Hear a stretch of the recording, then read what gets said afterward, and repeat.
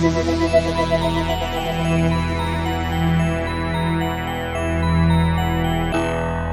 to Vintage Burn. This is Kev. Marco. And Douglas.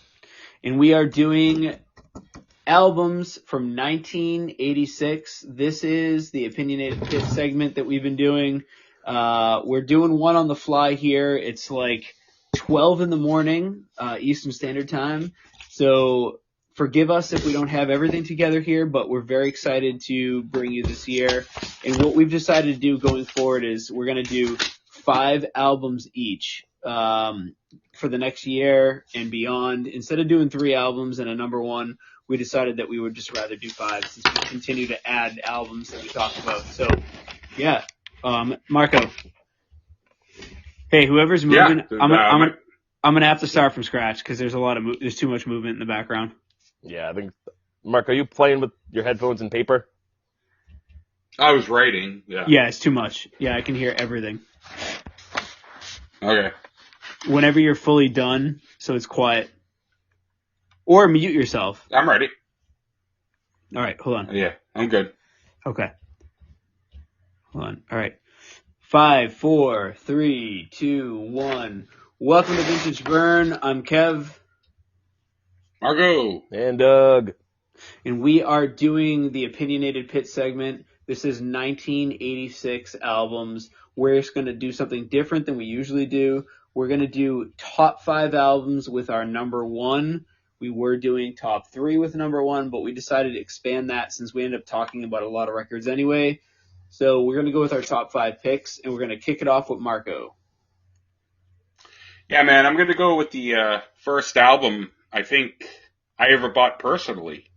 I walked to my cousin's, well, not walked, but I was at my cousin's house when I was like 7, 8 years old, and I saw an Iron Maiden flag, and I went out. I made my mom buy me Somewhere in Time.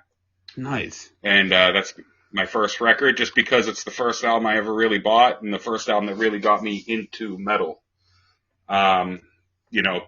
It's just fucking great song. Great songs on it. Great album. I know some people shit on it because of the synthesizers, but dude, come on. How could you fuck with Caught Somewhere in Time? And, no way, man. Yeah. Heaven Can Wait's got the, repetitive chorus. That's the big complaint. But like Deja Vu, great underrated track. Yeah, Alexander the Great. Let's learn some fucking history. Yep. And I think maybe that's why I literally fall asleep to fucking history videos on YouTube every night. Dude, Stranger in a Strange Land. Oh, such a good track, man. Yeah, I think, is this the record you would say where Maiden started their staple repetitive vocal, though, to get the listener to really, to draw people in? Maybe, but they did it with Die With Your Boots On. Mm. If you're gonna die, if you're gonna die. Mm-hmm. If you're gonna die, if you're gonna die, if you're gonna die. So I don't know, but you're right. I mean, Caught Somewhere in Time is basically Caught Somewhere in Time over and over and over and over again. Yeah, they start to do it. And Heaven Can Wait. Yeah, it was certainly, they were like, hey, they must have looked at statistics back then and said, well, we became bigger because, if you repeat the vocal pattern in choruses, people sing along more, and, it's just easier listening, right? So, I mean, we see that with Maiden now. That's all they do. It's a constant fucking repetition. So they're not stupid. They must have figured out a pattern that works, and it works, and they've stuck with that. So I can see that though in this record. In the synthesizer stuff, dude, I think they did a really good job at mixing prog and metal. I don't think it was over the top. Right. I agree with that. It was enough. Are you, Dougo? I've always enjoyed it. Not gonna lie, I don't say it's not my favorite Maiden album, but I'm not as I mean, I know it. I know all the songs. I just I'm just not as familiar as this one with the other ones, and I don't know why this one always kind of got skipped. But overall, though, solid album though. Also, one of my favorite Derek Riggs covers. I think it's fucking killer. All of the shit that he put into that album cover. Marco, talk about, you have a wonderful signed art piece from Derek Riggs. Yeah, I bought it off of you, as a matter of fact. Yeah, I don't care. I don't mind saying it. I love the picture. I'm not embarrassed of buying it. I mean, it's a really nice thing. You No, paid it's cool, for it, man. so it's, I got to pay you for it. But yeah, it's basically a take on the album cover, and I'm going to move for a second just so I can really look at it. It's right here, literally right here. So, Yeah, it's it's a piece of it's a stranger to Strangeland. Yep, it's a piece of art that he never released on the album. That he actually did. So he's got an actual screen print. It's a limited edition screen print from Derek Riggs. You can't get it at this point. It's already sold out. But he's got one in his house, and it's a badass picture, man. It's basically the Clint. It's like the Clint Eastwood version of Eddie. Yeah. I know exactly. I forgot about that. I know exactly what you're talking about now. Smoking a cigarette. Yeah, I think it's a take on. Like I said, I think it's a take on Stranger in a Strangeland. Mm-hmm. Mm-hmm. Because I think if you look at the single for Stranger in a Strangeland, he has like that coat and everything. I'm pretty sure. I could be a little off on that, dude, the cover's really what made me buy it. I remember the day I went to the store. I know we got to move on because we're talking about a lot of records. So, but I'm just quick story. The day I went to the store, though, it was this Peace of Mind, and I believe it was Seventh Son just came out in '88 because I remember seeing that cover, and I chose this for the cover. So, and then you end up learning the meaning, like the 11:58, the 2 minutes to midnight. As you go and you listen to Maiden, as you get older, you see all these little things included, which is pretty cool. I think it's his best artwork piece for Maiden, in my opinion. That's what I'm saying, man. I think there's just so much, and it's such an awesome timepiece. Like 86, you just think of like futuristic shit, right? Back to the Future and so forth. Mm-hmm. And he just fucking nailed it, and it's very cool, man. It's very it's like very Japanese downtown Tokyo feel. Yeah, I'm absolutely, cover now. dude. Yeah, what a badass cover. I wonder if like the original painting, you can see like it says like Eddie Lives on the right, Iron Maiden. I wonder if this was like a full painting and they kind of just took half of it for the album cover. If you really look at it. Yeah. Do you have it on vinyl, Doug? I don't. Oh, if you have it on vinyl, there's a gatefold edition that has the full picture. It's fucking excellent. I'm sure you can look it up and Google it, but. Oh, okay. Yeah, I'll have to. All right, yeah, I'll have to, because that sounds awesome. I love when they do that. They kind of. All right, man. All right, Kev, go ahead. My number one is going to be Peace Sells, but Who's Buying, from the mighty Megadeth. Oh my God, this is such a great record. A lot of people thought this was their first album. It's obviously not the first record. We already talked about Killing Is My Business and Business Is Good, but this is their first major debut release in Capitol Records. Artwork by Mr. Ed Repka, who ended up becoming a massive thrash icon artist. Beautiful, beautiful art cover featuring the one and only Vic Rattlehead. And for me, out of all of the songs, I could go through the whole list, but you should know this record. If you don't, then you should be ashamed of yourself. For me, yeah, you fucked up. For me, personally, my favorite song is the last track on the album, My Last Words. It's just an incredible build-up tune. There are amazing tracks on this, but that's the build-up song. I'm glad you mentioned that, because I was going to say that's actually my favorite, probably Megadeth song of all time, is My Last Words. And hell yeah. And I know we had talked about this earlier. Like I think this album would have been it's almost perfect, but I don't know why they decided to slap I Ain't Superstitious in there. You know what, Doug? I'm going to say this. I think it was the record label. But why though? Because why not like put it at the end of it? No, they're douchebags. This is what people do. Like, hey man, you know what? I can hear your blues influence in your record. I think that we're gonna sell 1 million more copies if you did a cover of I'm superstitious or whatever the fuck it's called. Yeah, I ain't superstitious. I ain't. This is how they do it, man. This is the problem. And David's probably like, yeah, that's cool. Okay, cool. Let's slap it on. No. It should have been a full-out Megadeth record. That's why I said you know what? It would have been number one for 86 for me. Like, period. If anything, have have like The Conjuring side A, and then like I Ain't Superstitious as like a single. You know what I mean? Yeah. Kind of like Metallica did with like the Black Album shit, where it's like, a Black Album song and then like a cover song. So it's kind of you're drawing different crowds in. Yep. And Doug, I do agree with you what you said originally. I just think they should have switched. I think My Last Word should have been the second to last song. And I think I Ain't Superstitious should have been last, because if you listen to it and you just want to hear the thrash, you can at least hear the 7 songs in a row and then the cover. You know what I mean? Yeah. And I don't know, dude. I like it personally, but I'm a Stevie Wonder fan, so I don't mind the cover. I just don't like the placement of the cover. Yeah. I just don't like it. It just shits right on the flow of the album. Yeah. Otherwise, right. And I agree with that. It would have. This record might have been very, very difficult to beat if they didn't have this at all, and they would have used another song, or maybe it would have just been a 7-song album, and that would have been fine too, with a B-side. Or just put it last. Put it fucking last. single, and man. it would have made all the difference in the world if you just put it last. But just for a few other shout-outs for songs, man, The Conjuring might have, like, my favorite kind of, like, middle part ever, like, or the ending in general, when it's like I don't know, dude, the riffage is just so good in it, and then, like, Good Morning Black Friday is an amazing song. Dude, the speed on drums in Devil's Island is killer. So... Great song. I picked this, and this should have gone to Doug, because Doug has been a Megadeth fan longer than I have, and Marco is even probably longer Megadeth fan than Doug.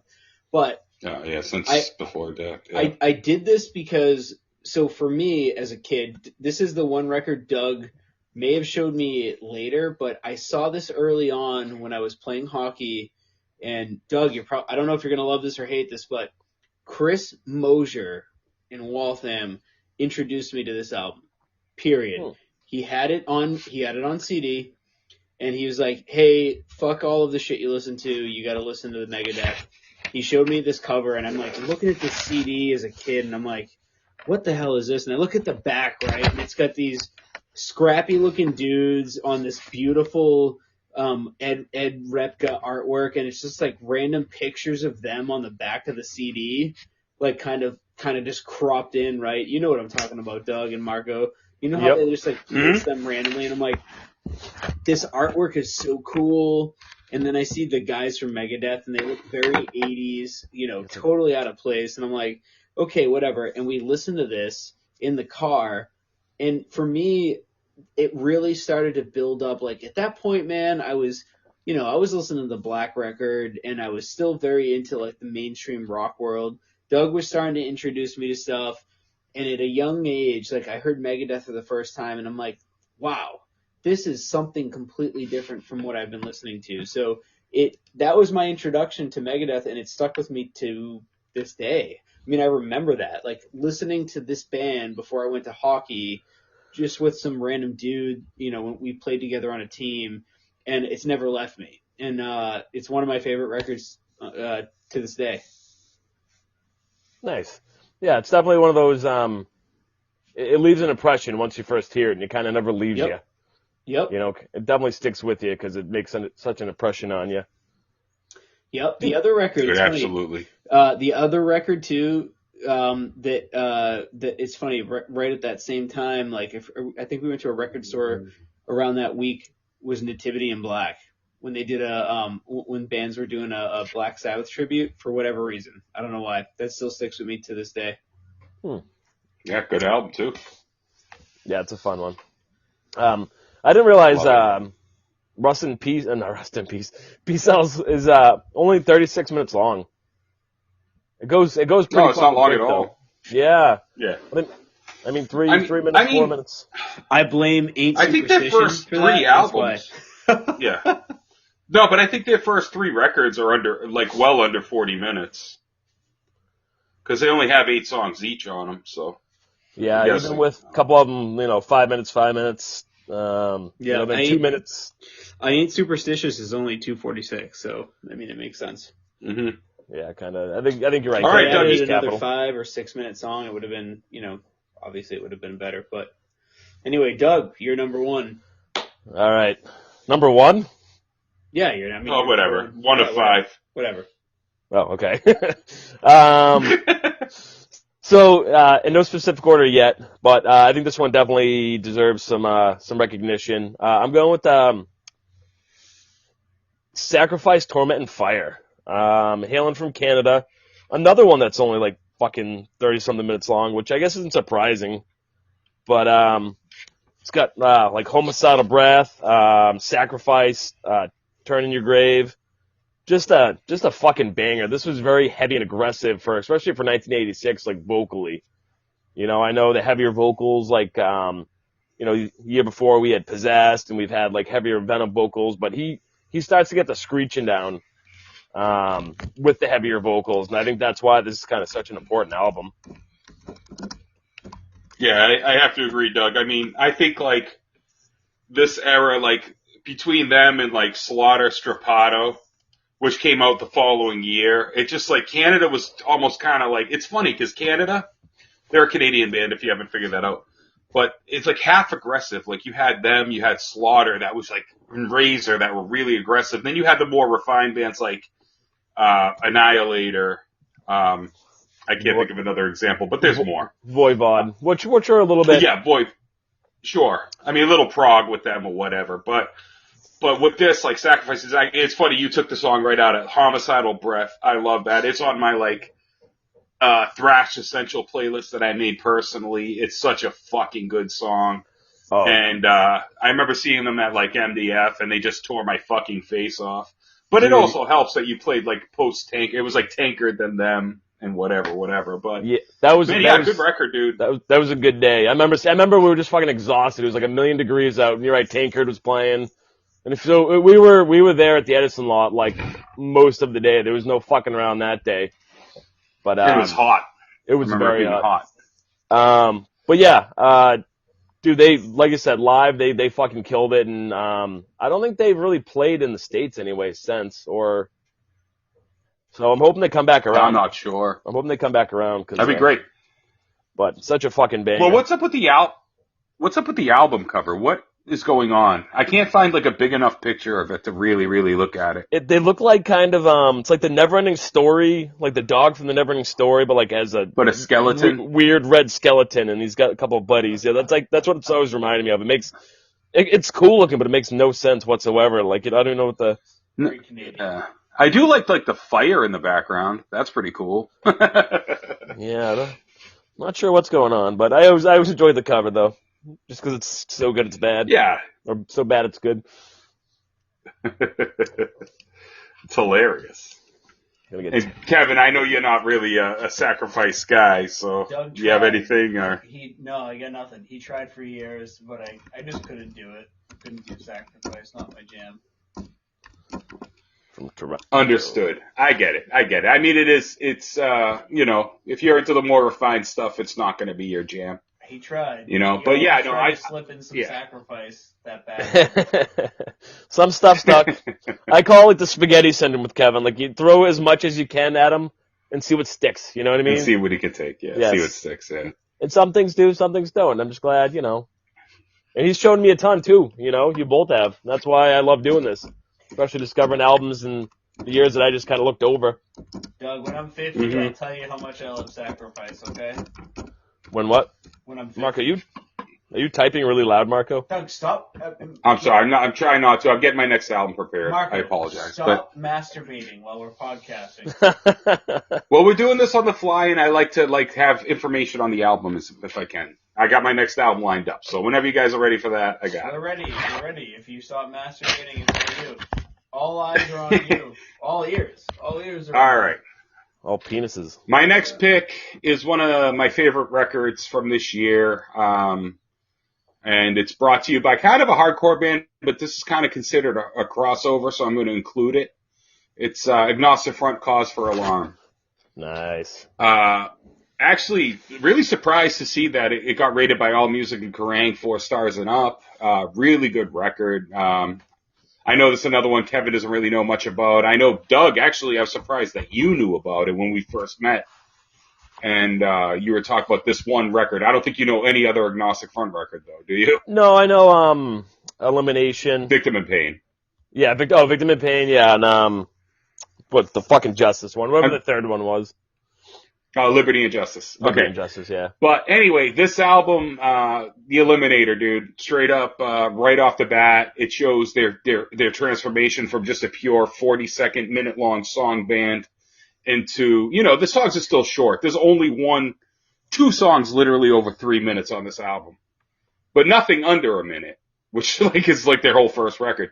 But The Eliminator kicks off with a really heavy thrash riff, as Doug will tell you. And then, Public Assistance is a very controversial song. You can look into that if you want, but it's criticizing how, I think it's kind of talking about, and I could be wrong, that's why I don't really want to talk too in depth about it, but I think it's about the welfare system and how it's kind of one-sided towards, a certain, see, that's why I don't want to talk about it. Yeah, but it's controversial. Typo Negative went to sing about the same thing in the same respect, a couple years later. So it's kind of on the minds of New Yorkers, I think, right? They're from New York? They are, yeah. Okay, just making sure. I mean, basically, Agnostic Front are considered the godfathers of New York hardcore, so. Okay, well, that makes sense. Sorry, I'm just trying to, I'm looking for a certain lyric for my next one.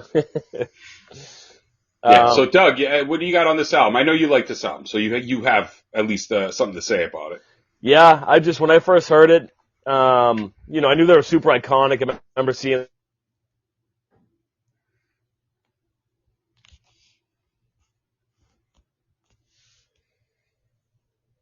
just once I heard the speed, and the political aspect too, it was kind of did it for me too. It's we're here, we're gonna sing fast, and we get something to say. What's a better? And going back to it, Doug. I'm just gonna tell you, Jello Biafra of the Dead Kennedys and fanzine Maximum Rock and Roll have criticized Agnostic Front for the controversial lyrics of the song "Public Assistance," written for the band by then Carnivore frontman Peter Steele. Okay. Wow.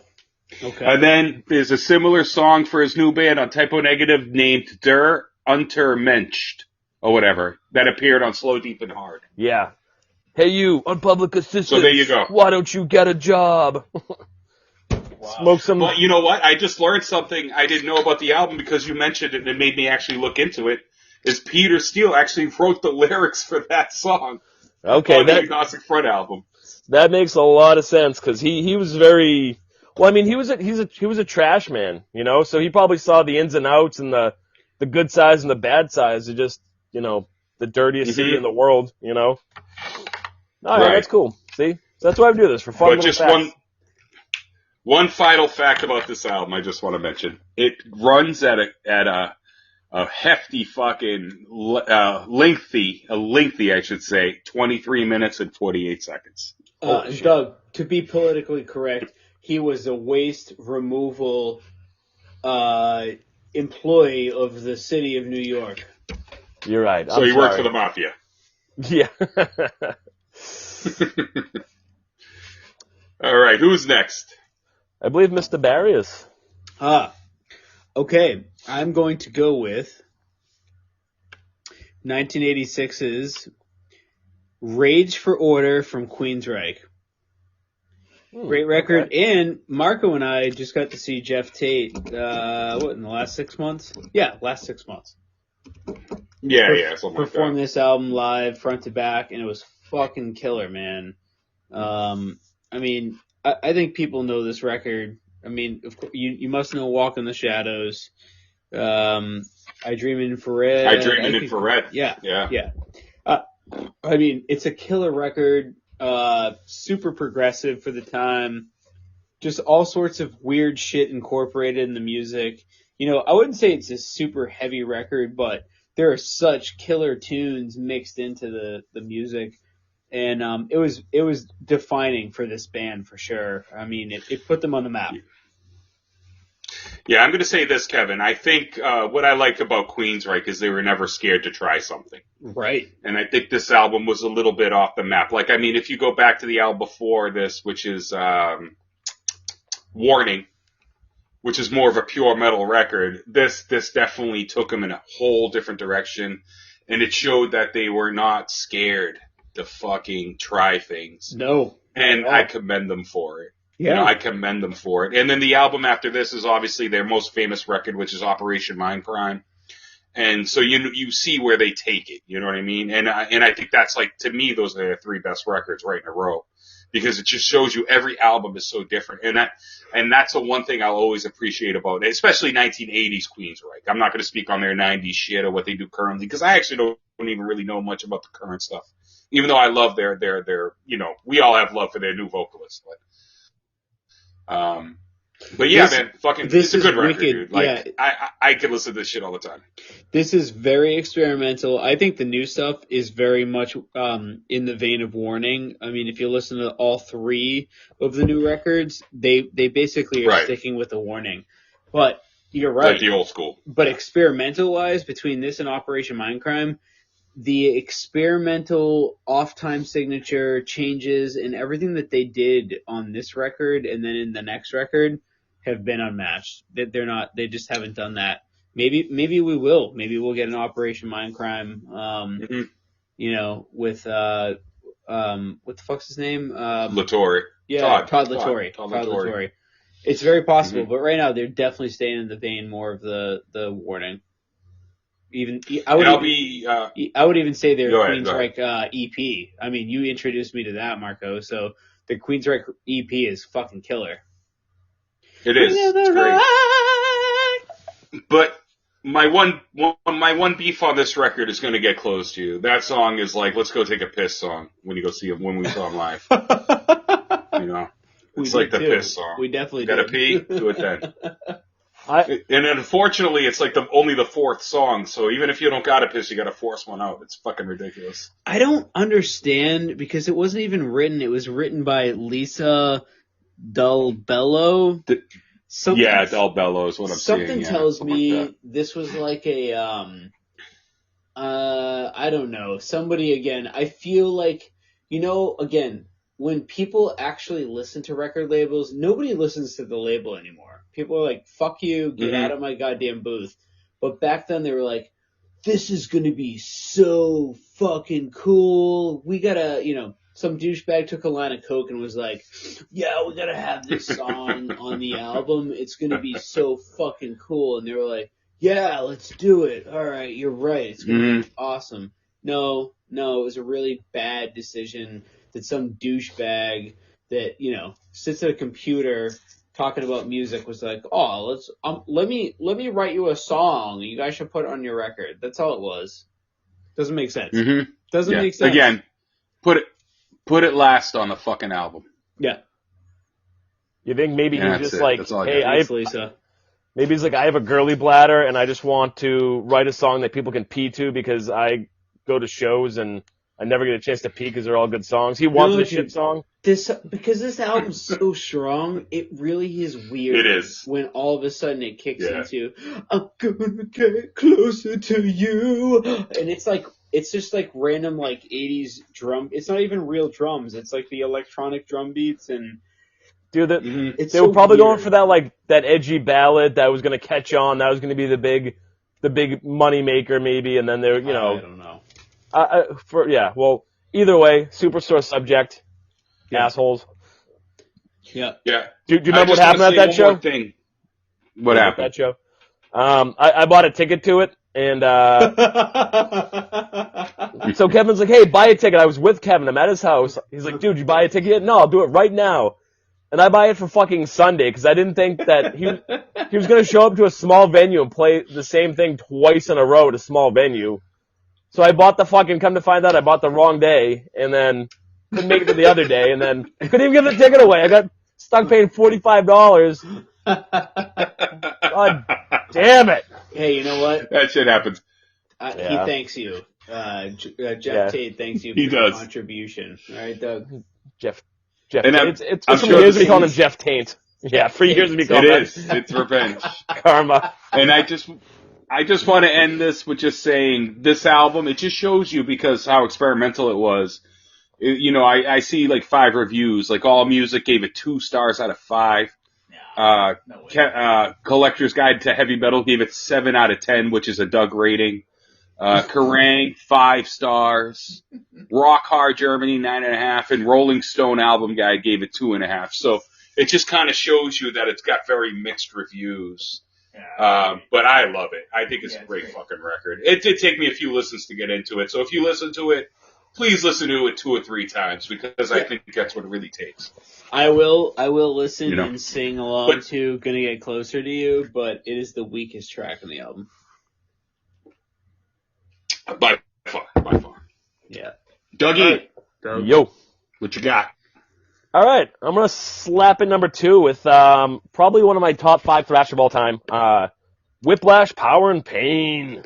Yeah. Awesome. I was hoping you would pick this. I was fucking waiting for it. Dude, and I got really excited when we were doing 1985, and then I'm like, fuck, no, I realized it was 86, so I got excited that it was 86, we get to talk about it. Dude, if you're familiar with the album, super banger, very, very thrashy, very fast, and the lyrics, too, they have a way of writing the lyrics in this album where they're like, kind of like, I don't want to say fun, but a little bit edgy, a little bit. Marco knows what I'm talking about, and that's what I was trying to look up a minute ago. Yeah. They have a song called "The Red Bomb," and one of the verse, it's about a redheaded prostitute, and so the main chorus is "Hand over your cash for the right price, she'll give you the gash." And dude, like once you hear which is super fucking classy. Oh, dude, yeah, no, like down on 27th Street.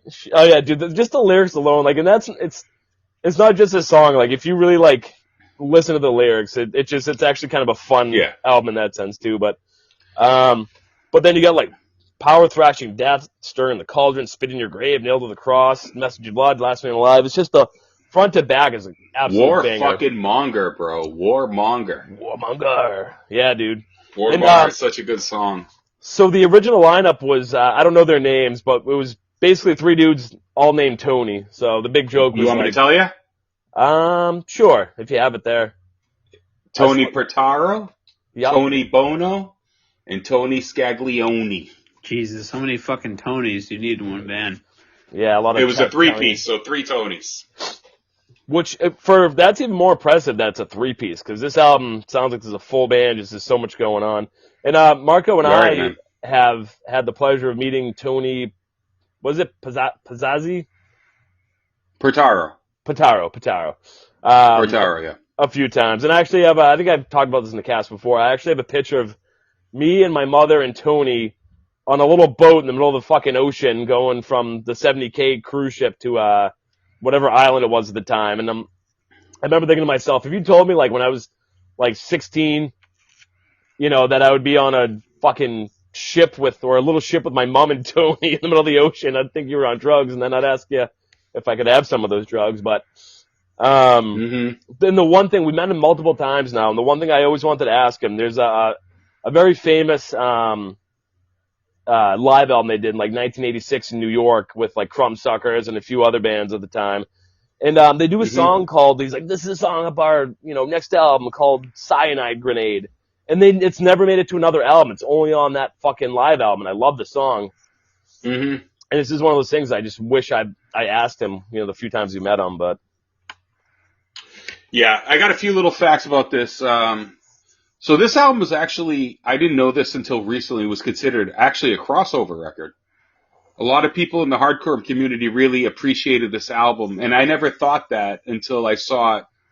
Whoever drew the cover, I can't remember his name, and it's funny, it's not on here, so I can't tell you his name, but he did a lot of hardcore records as well. I'm pretty sure he did the Agnostic Front Cause for Alarm record and everything like that. I'm pretty sure he's the same guy, and he did the Carnivore record. Okay. But I can't think of his name. But anyway, I guess it's considered a crossover record. And then, just so you know, Pete Steele, Louis Beto from Carnivore, Vinny Stigma, and Rob Kabula from Agnostic Front all did backing vocals on this record. So anytime you hear gang vocals, it's those 4 dudes, And then another little fun fact is Tony Scaglione on the, I believe it was the Rain and Blood tour. I don't know what happened to Lombardo. Maybe he got sick or he had to leave for a little while, personal reason, whatever it was, but he played drums on their tour. Wow. So he played for Slayer as well. Dude, that's and this awesome. is an argument that I got into with Duncan about 4 times. This is how fucking like mindless and narcissistic this fuck is. Is he literally like we got into this argument like 3 or 4 times, and the dude literally looked it up 3 or 4 times within like months. And I'm like, dude, he played for Slayer. He's like, no, he didn't. I'm like, he didn't play on an album, but he played live. He was a member of Slayer live. And he's like, no, he didn't. And then he looks it up and he's like, yeah, oh, you're right. And we had to go through this like 3 fucking times. Fucking asshole. I love it. I love you, Duncan. But you're a fucking asshole. But, yeah. No, but good record. I have like 4 versions of the t-shirt. Yeah. As Doug knows, you see me wear it. It's like fucking worn out and cracking all over the place. Yeah. It's one of my favorite albums. And another quick fun fact, and I'll stop because I know I'm fucking going on here. But Doug, it's funny, I've heard of this band, but I never really gave him the chance. But when I met Doug in like 2010, 2011, whatever it was, Doug was like, dude, you got to listen to this album. And so now Doug on my phone, under contacts, you know what Doug's name is? Red Bomb? Come on, guess. Whiplash. Nice. Doug on my phone is Whiplash, literally Whiplash. It's not Doug, so there you go. All these years later, it's stuck. I love I love it. I was able to show you an album. Like once again, like you've shown me tons. And I'm sure we'll get to one in the next year or 2 called Power Mad, Absolute Power, but we'll get to that when we get to that. But there are pictures of Slayer with Tony Scaglione. Oh yeah, he plays all over the internet. Absolutely. All over the internet. Yeah. They're everywhere, man. Dude, that's quite the to fill on Slayer. What was it, the Rain of Blood tour? I believe. I could be a little off. It could have been the next record, but I think it was the Rain of Blood tour. Yeah, dude, 86, man. 86. Mm-hmm. Hey, good for him, man. That's quite the. Not many people can say they randomly filled in on, for Lombardo and on the Rain of Blood tour. Yeah, he's all over. Doug, if you look at 86, man, there's millions of pictures of him all over 86, dude. It's crazy. Mm-hmm. Wow. Oh, shit. Wow. Yeah, even 1988. So he did. I don't know what happened, but he did 2 years with them. What with Slayer? Yeah. I don't know. Yeah. It was. I don't think they booted Lombardo. I think it was a personal reason. I could be wrong, but I'm pretty sure they didn't boot Lombardo officially till 92 or something like that. So yeah. So this was the inner workings of problems to start. This is where it started. Yeah, they had off and on problems with them. Yep, makes sense, man. All right, I'm excusing myself for 1 second. You should. That's fine. You should excuse yourself. I have to pee, and people don't like it when I pee on the cast. Too much streaming. Streaming for vengeance. Well, we're gonna go back to Marco then. Here we go. Marco, it's your pick. All right. I'm gonna go with Cinderella Night Songs. No, I'm just kidding. No, I do like that album, but that's not something I would pick. I actually do like that record. Yeah, it's not bad. I'm actually fucking don't know what to pick because I needed Doug, I think, for my next pick because I don't think you're gonna really know my next pick. What is it? So give me 2 seconds. Fuck it, we'll just go with it. Destruction, Eternal Devastation. So German, came out, same time as Creator, very, very influential. One of my favorite, probably German records of all time. And Destruction is probably my least favorite out of the German big 3 or 4, whatever you want to call it. But this album, to me, and their next album, Release from Agony, are 2 of my favorite thrash records. And again, another 7-track album, I'm sorry. 34 minutes and 55 seconds. I'm going to say one song, and I think it's basically defines the album as Curse the Gods. And I know Doug knows the record. That's why I was, go trying to find something else that we both know, because Doug is peeing. I'm back. There you go. He's talking about Destruction. Destruction, Eternal Devastation, Curse the Gods. Oh, yeah. Yeah, good. I'm glad you picked this one. Once again, 1985, dude. So many fucking albums. 1986. You know what I mean? 86. I said 1985. I got you. I'm sorry. So many albums, and I was afraid, and we don't normally discuss besides like the number 1, number 2, maybe number 3, but like, so the rest is kind of at random. So sometimes we'll both pick one, or we'll both, think we're each going to pick one and miss it. So I'm glad you picked this one, dude. It's, another fucking, just super fast, trying to pull up the album cover. I just want to make sure I'm looking at the right album cover. Yeah, it's the one with the 3 heads. It looks like a tornado over a city. Okay, yep. Kev, you never really got into Destruction, did you? Never. Yeah. I think Kevin doesn't like German vocals. Because he doesn't like Sodom. He doesn't like Creator. He doesn't like Destruction. Yeah, or Tankard. And he doesn't like Tankard. Yeah, so. Love Scorpions, though. Fuck. I do love me some Scorpions. Yeah. Yeah. And he doesn't like UFO. I don't mind UFO, but I don't love them. Yeah, I don't. Yeah. Yeah. Yeah. Okay, yeah. I actually do. Maybe one of these days I'll get you drunk enough. You might bob your head to a couple Teutonic thrash metal. Where does Tankard place? You say where do they play? Where do they place? Where are they from? Oh, Germany. Oh, they're from all right. I don't mind Frankfurt. Tankard. Okay, all right. Maybe they'll be the gateway. They'll be the gateway. But, all right, they'll be the gateway. And real quick, before we get off it, I know this one isn't going to be a long one, but I just want to shout out a couple more songs on this record. Life Without Sense, got to be one of their best songs. Eternal Ban, another one of their best songs. And every song's good, but those probably are the top 3. Curse the Gods, Life Without Sense, Eternal Ban. Curse the All Gods. great shit. Yeah. And this is the first album where they had decent production, too. Yes, I was actually going to say that, because I do like the other older albums before this. The definitely the approves of your German. He's approving of German metal. Mm-hmm. Doug loves the German metal. I do. He loves that German Scheiße. The Scheiße. Dude, I kind of want to have like a, U.S. thrash versus German thrash kind of Why is it? debate. I have to ask. Why is it German thrash? They have a raspier vocal. Why they have more of a death metal vocal? I think it's because their English sucked. And they sang all in English, and I think it was a way to mask it. Okay.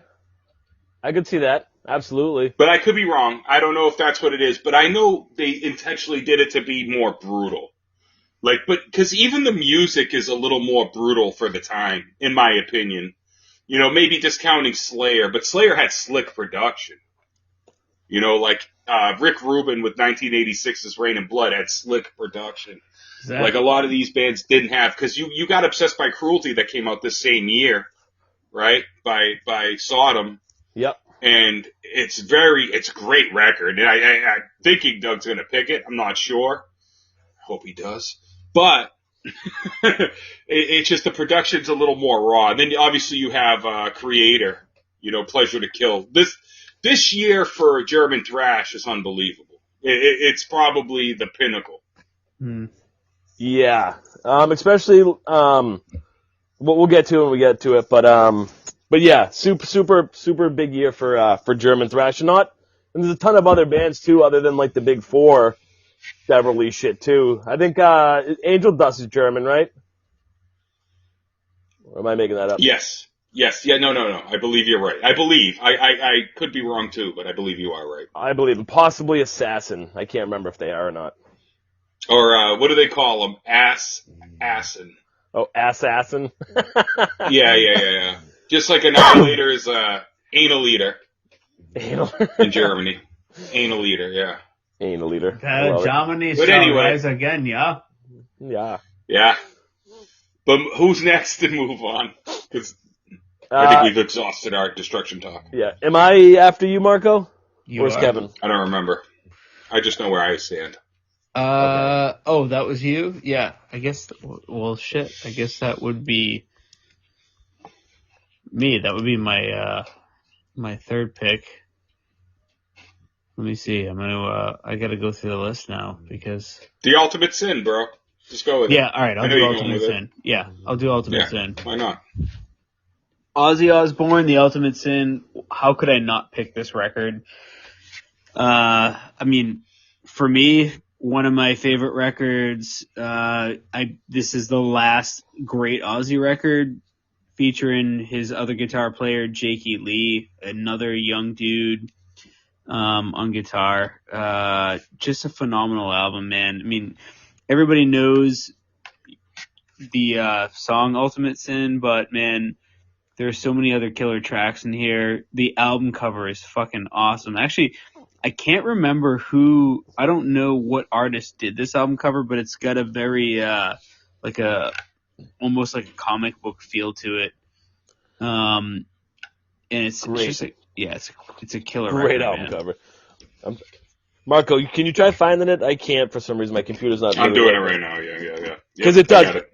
It looks very, like you said, like very sci-fi. Yeah, he's a comic. fucking like dragon. He's like a dragon beast with some crazy but the character of the female that they have on the front, it's definitely it has to be some type of comic creator that made that album cover. Yeah, she thick. It was a guy by the name of Boris Vallejo. Yeah, I wonder. Huh. Does it say what else he did? Let me Marco, that look we might him up. know? Keep going. Let me look him up, his actual name, and maybe I can find other stuff he's done. Yeah, I mean it's just such a killer record. As far as songs go, I mean, I don't know if anybody understands this, but I mean, Killer of Giants for me is my favorite track on that, dude. The Jakey Lee solo is fucking phenomenal in that. Lightning Strikes. I mean, God. Amazing album, man. This is that record for Ozzy people just skip, and I don't get why they do that. They listen to Bark at the Moon, and then they skip this, and then they go right to the Zakk Wylde crap, and this is like the last great Ozzy record. All right, real quick though, before we move on, and Killer of Giants is my favorite track on the record, but he did Bark at the Moon. He did No Place for Disgrace by Flotsam and Jetsam. He did The Ultimate Sin. Wow. And that's it. That's all they got. There's there's a few more records. He did a Molly Hatchet album cover, which Molly Hatchet album covers are the most metal thing without being a metal album. Yes. I couldn't tell you how many I bought over the years, like when I was younger, like, fuck, this looks awesome. It's going to be a good album. Nope. Well, no, that's not good, but it's not when you're 15 looking for discovering some new metal album, you pull up Molly Hatchet and it's not. No, but you think you're fucking getting Manowar records, you know? Yeah. Manowar records. Even though I don't even like Manowar, but I'm gonna, a quick fun story about this one is, in my high school, I don't know if you guys had this experience, we had a jukebox in our high school that had like Ozzy and Metallica and like more mainstream metal, but just in general. But on the wall, a bunch of kids drew album covers, and they're massive. They had to have been like 3 feet by 3 feet, maybe 4 feet by 4 feet. They were big. And somebody actually drew the Ultimate Sin album cover. So every day eating lunch, I would just stare at that fucking album cover. Wow. And it was fucking pretty cool. And I wish I could find pictures of it, dude, so I could show you guys. I wish we had camera phones, because I know I would have taken pictures of it back then. But we're talking 1994, guys, 1995, so that shit wasn't available. But another song I really love on this album, and I don't know why, I don't know if it's considered a good song or not, but I love it. It's Secret Loser. Yeah, dude, really Secret Loser is fucking awesome. Amazing. Yes, absolutely, Marco. This album, this is where, again, Metallica were touring Master of Puppets on this album, and this was, Ozzy was at his height, he was doing stadiums, and he was bringing bands like Metallica from '86 on tour with him. Mm-hmm. So, I mean, could you imagine this tour? Oh man, it would be awesome. Yeah, it would have been good, but that's also known as the tour when Metallica was blowing them off the stage. Yeah, because people were like, this is when Metallica really started getting famous, was on this tour. I think on this tour there was a lot of excess going on, and I think Ozzy up until this album, literally, I think No More Tears is kind of where he cleared up his shit for the most part. Yeah, but I think on this album he was full blown drinking fucking four handles of fucking Jack or whatever. But again, with Ozzy, here's the thing, right? He's always been in every metal scene that he's hit the he's plateaued, right? He plateaued in the 70s with Sabbath, and then he recreated himself in the 80s. But I mean, by mid 86, it's hard. There was so much happening, and there was so much. Yeah. People wanted faster, harder rock in the 80s, and Ozzy was like, oh, I'm still doing what I'm doing, and he was successful at it, but he wasn't getting harder. This record, this isn't harder than any of the other 3 records before it. Oh, not at all. Not at all. No, and not even as hard as the next one. I still think it's the same pace as the last 3. So Ozzy was like, I'm doing the same shit, you know? And by 86, we already talked about this in 85. We were already there were so many goddamn splits in the tree. We had so many branches branching off from rock and roll that Ozzy just couldn't keep up. He was Ozzy Osbourne. So it's either you're going to continue to listen to Ozzy or you're going to start listening to black metal, death metal, thrash metal. I mean, that was the thing. There was too much going on, man, to keep up. You're right. I get it. Great record. Agreed. And then obviously Shot in the Dark is the one that, you know, the radio single, I would imagine. Yeah. It was. Absolutely. Yeah. I remember the video and everything for it. Yeah. But moving on, Doug. What do you got? All right. Clocking in number 3. And this is just going to end up in like a 5-hour conversation about Jason Newsted. But that's why okay. I'm moving it along.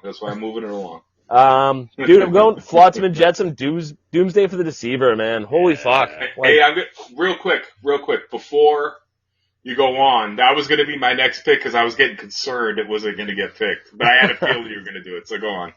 Yeah, dude. Just such a fast fucking banger. Jason Newsted on this alone.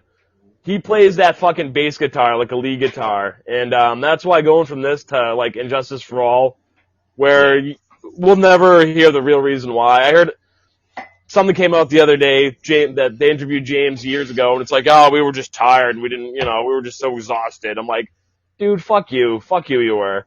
No, so, they purposely made that record. They fucked him purposely so that you didn't have to hear it because they were just being bitches. They didn't want him to be. I hate to say it, he might have been better than Cliff at some points. He was super technical, man.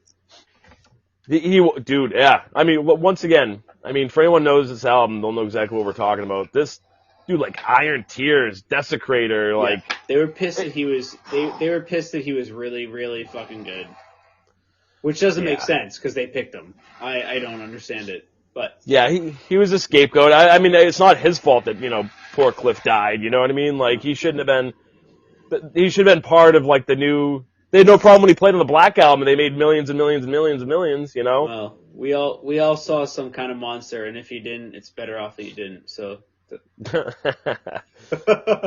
Yeah, my favorite thing about this record, though, it was featured on the couch in Sleepaway Camp Part 2.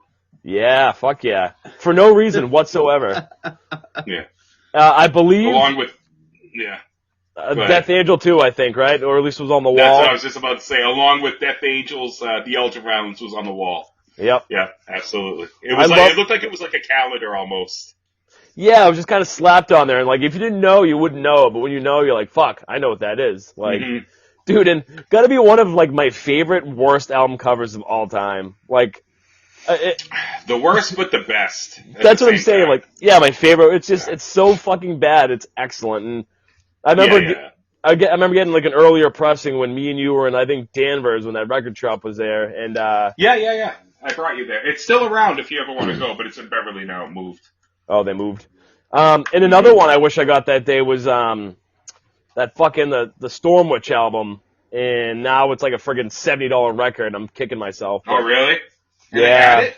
They had it, yeah. Oh, I remember they had another record. I didn't realize it was Stormwitch, but yeah, that's fucking awesome. Yeah, I'm kind of kicking myself. But I remember it's not awesome you didn't buy it.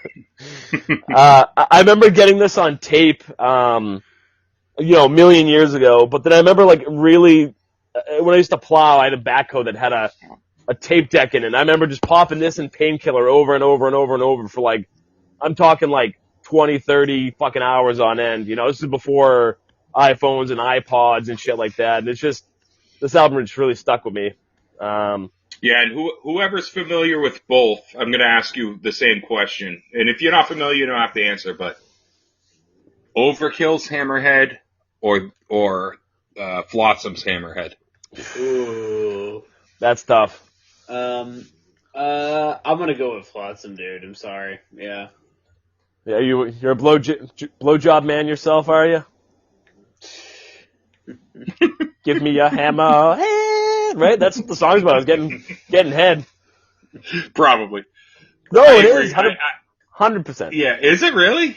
Oh fuck it, dude! Read the lyrics, man. I think there was even a video. Maybe I got to read them a little further. Yeah. Yeah, it's about getting like a beaner in an alley. Slightly, but they're both great though. But I prefer. You know what's funny? I can do like 3 songs: Exhorter's Desecrator or Flotsam and Jetson's Desecrator. Yeah, and I know what the third. I always think that when I hear these albums. I mean, some of these songs, I'm just like, wait, dude, just like Solitude. I think there's like 7 different Solitudes, and they're all fucking awesome. You got like Overkill Solitude, Sabbath Solitude, Candlemass Solitude. You know, it's like what's Iced Earth Solitude. Like 4 different bands, same name, but all amazing songs in their own right. And on a quick note, they also have a Fade to Black, as well as Metallica. But I'm going to say this right now. The bass lines on Doomsday for the Deceiver, the song, just give me a fucking hard on, bro. Like, goddamn, Jason Newsted is a phenomenal bass player, and it's unfortunate. And I know for him, he probably doesn't give a shit. He made a lot of money. He never has to work again. But yeah, it's a shame that Metallica never gave him like his time to shine. You know, I know he has like the fucking awesome bass line on The God That Failed or whatever. But I don't think he had the time. He had that shine. I mean, this album, dude, if you listen to this album and just like, you can find a way to listen to the bass and how amazing it is, it's fucking phenomenal. Yeah. I'd give Jason Newsted a Hammerhead if I ever met him just for this album. Yeah. Besides God That Failed, I mean, they really missed out on letting him shine. They did on King Nothing too in the beginning.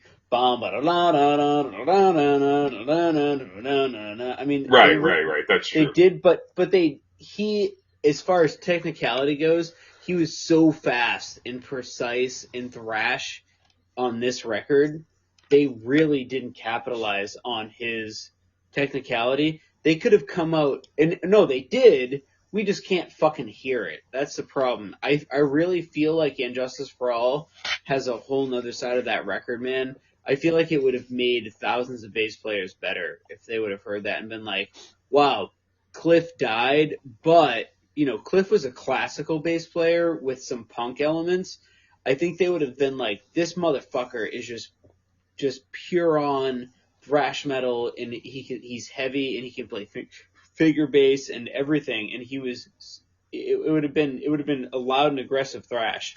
It would have been different from Cliff's playing, but what we needed for that record, man. And they just, Lars fucked it up. My understanding is that Lars is the asshole that went in and just like turned everything off. What a shithead. Yeah. He is. He's a dick. Dude, he's a dick. We know that's what Lars I heard, is a fucking cunt. He's a cunt. He's a cunt. I've heard the same. Yeah. He's the asshole. You know, and look, at the end of the day, when all of these guys are done, it's going to be the James Hetfield project or something like that, because he's the only guy that actually writes the fucking music. Kirk Hammett doesn't know how to play guitar. Lars Ulrich, we obviously know, doesn't know how to play drums anymore. He's just a manager, and he's just there to make a paycheck, and he likes to beat the cans, and that's it. You can hire any bass player you want now. Rob's just there for a paycheck. We know that. Hey, Rob, here's $1 million. Will you play Metallica? Yeah. Yeah. You know what I'm going to say, Kevin? Kevin, I believe that, like, when they worked with Bob Rock, it really changed their style. Yeah. And I think, because I believe, like, if you listen to some of the solos that Hammett did on, like, Ride the Lightning and Master of Puppets, I think they're pretty fucking good. No, I'm not going to say they're elite status solos, but they're fucking pretty fucking good. No, and the same thing with you could say Lars is playing on everything up into Injustice for All. It's pretty good. Oh yes, no, very good, very good. Yep. But that's the thing. I think the Black Album kind of changed the way, and they made so much fucking money. Did they even have to try? They became a rock band after for fucking years. Well, that's what happened. So they all just said, I don't know, man. Done. They tried. They stopped. Yeah, trying. Go ahead. Yeah, but I will say that I think James Hetfield to this day is one of the top rhythm guitar players in metal. Even after all the bullshit they put out, I can't get. I got to get that dude his props. I mean that dude's down picking skills. Yeah. And the way he plays, like if you watch him live, like if you just watch him down pick, the dude is a crazy good down picker, man. Yeah. And down picking, I didn't play guitar long. I played it for a couple of years, but down picking is hard. It's hard to get that hand speed. I got to put him up there with like an early Max Cavalera or like a Scott Ian. I got to put him up with those guys. He's very good. Yeah. I think eventually we'll see. They're gonna eventually. They can't carry on. I'm seeing it's very easy to see Lars is gonna fade out first out of anybody. He will be out. He's gonna it's gonna happen, and that's okay. Doug is yawning. Yeah. Oh no, that was a burp. Do you think that at some point Lars is just gonna like say fuck this? I'm gonna hire some kind of like the thing with Rob is I think Rob's a good fit because he's from the era. He's from like bands of the era of the time. Suicidal. But I'm saying, like, do you think Lars would be like, hey, let's get, maybe the drummer from Suicidal and, he can drum and I'll just be the fucking, or do you think he's just always you know who the drummer of Suicidal is? Well, now it's Lombardo, right? Yeah. No, I think that'd be cool though. Yeah, I think it's going to be. It would be. Yeah. I think Dave Lombardo is going to be in Metallica in the next 10 years. Yeah. There's no doubt. I just think he wants to manage. I think he doesn't want to play. He's just getting lazier and lazier. Why not? He's already made his money. He's made his fame. He's made his fortune. Why not? Knowing him, he's like have some excuse and then try to just do the managerial thing. He does. He has the shares. I don't want to like speculate on what the fuck they're gonna do. But I don't care either way. I don't listen to their shit anyway. I don't care either. I don't care. Neither do I. Who's next? Is it me? I just did Flotsam, so yeah, you brother.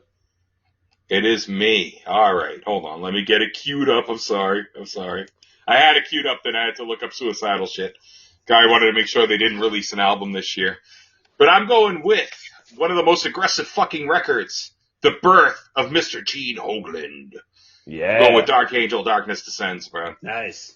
This album, to me, is one of, like, the best fucking thrash records of all time. I'm actually reading here, on a list from Revolver of 14 thrash albums you need to own. It's 9th. 50 greatest thrash albums of all time. It's on that list. I'm sorry, it's 9th on that. 14. Actually, no, it's not in an order. So it's one of the 14 thrash albums you need to own list. And then it's in the top 10 albums that are not released by the Big Four. This album's fucking awesome, man. It's just so fucking aggressive. And me and Doug again got to see them at Maryland Death Fest. And they played what? Darkness Descends. I think they played The Burning of Sodom. I think they played That's awesome. Perish in Flames, I believe. And maybe Merciless Death. I don't remember. But I think they played maybe those 4 songs on this record. But the album from front to back, 7 fucking songs. Weighing it in at a hefty, I think it's 35 minutes, and 3 seconds. Combat Records release. Fucking phenomenal, dude. This album, from front to back, it's just like to me, it's like 1986's Bonded by Blood. Yes. And it's before they had that singer that sounded like he's constipated constantly. Yeah, what was his name? Not Don was the original. Not Don Doty. Don Doty's the original, but the other guy. I'll look it up. If you got something to say about the album, keep going. Dude, I just remember delivering from Papagino's. Well, no, it was before I delivered from Papagino's. I was probably only fucking just got my license. But I remember getting this on tape and just blasting it in my Cadillac fucking around Waltham for years. Hey, isn't there a thrash band now called Merciless Death? Oh, yes. yeah. Absolutely is, yeah. Yeah. Death is certain. But I'm life sorry. is not. Ron Reinhardt was the vocalist on the next album, who sounds like he literally needs to take like a diarrhea pill or whatever the fuck or whatever to get you loosened up, you know, Metamucil or whatever the fuck. You don't like the shit. follow up? No, I like it. I just hate the vocals. Like riff wise, it's great, but I love like Don Doty. I think Don Doty like is like sheer like again. I think it just fits the record, Kevin. Like we talked about in '85 with like Paul Bailoff, how he just fits that record. Yeah. But would he be good on like Fabulous Disaster? Probably not. You know, I think this is kind of the same. Like, I think Don Doty. I don't think he's going to fit Time Does Not Heal, or even Leave Scars. You know, I just don't think he's going to fit that record. But I think like the first two records We Have Arrived and which could be remastered. I'd love to have that remastered. I want an original version of that. You know how hard it is to get an original version on vinyl of fucking We Have Arrived?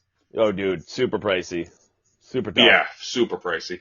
But going back to this record, I just think it's just fucking, dude, like, yeah, I just think it fits. I think everything fits, and I think it's just like perfectly aggressive. And I've told it on the podcast before where Gene Hoglan's the guy who taught Dave Lombardo how to fucking do double bass properly. So, I mean, who's the real best drummer? I know Doug doesn't, we won't get into it, but Gene Hoglan might not be his favorite person. I still respect him as a drummer. Still respect him as a drummer, even though he's a piece of shit. There was this one night where Doug hung out with Kerry King and Gene Hoglan together, and it didn't go well. But, so I know there was some, like, after this album, with Doty and Ron, like there's all kinds of drama between one wanting to come back and leaving and coming back and going. But I'll do a little more research before we get to like Leave Scars, next year or 2 years, a couple years actually. But, yeah, 89, man.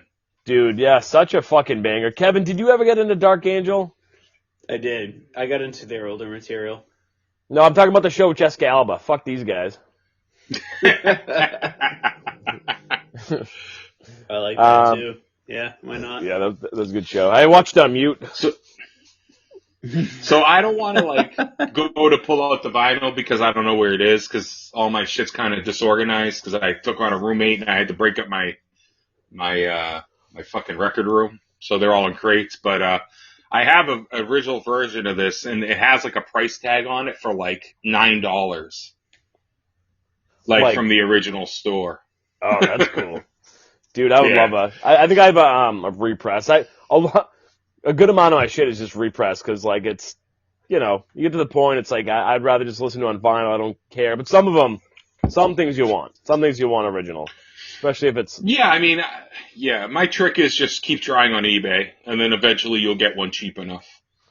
Like I did that with, an album that'll be very high on my list next year, Overkill's Taking Over, and I remember it kept going for like $40, $50, and I finally landed one because I think everybody who wanted it exhausted it, and I got it for like $9 or $10. Yeah, dude, fucking the market, you gotta play the market. Right. There's a fun story about that one too next year when we get there, about a vinyl I bought off Kevin, but we'll wait till the next 87. All right. Was that Popeye? Who's next, man? That was Popeye, yeah, snoring. Yeah, he's snoring hard in the background. I knew we would never be done by 1 a.m., so I'm trying to move it. Go ahead. Who's next? I forget. Popeye's giving me that signal in the background. Yeah. Mr. Barry is I missed up that next. little motherfucker. Yeah, he's a cutie. Yeah. Kevin Barry. Man, I'm not gonna lie. I'm trying not to just pick the obvious. I could go with some like rock records and stuff like this, but I'm gonna do what go, you want, man. Nah, you know what? I'm gonna do obscure shit that people should know. I'm gonna go with "Ruler of the Wasteland" by Chastain, 1986. I referenced Chastain last year for 85, and they have a second album they dropped. So they dropped a record in 85, and they fucking dropped a record in 86. This band really deserves a lot of credit, man.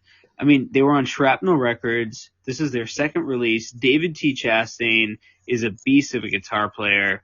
The band is just ferocious. The lead singer, you got the same female vocalist. Again, we go from Mystery of Illusion 85 to Ruler of Wastelands in 86. Awesome artwork, very 80s. I mean, it's very, very cheesy 80s artwork. But that's what you want. I want that. It looks like something you would pull up to on, on the front, spray painted on the front of a horror, theme park that you're about to go into from like a shitty carnival, in your hometown. Yeah, it looks like a Mad Max Wasteland or something. It's perfect. It's exactly what you want from the 80s.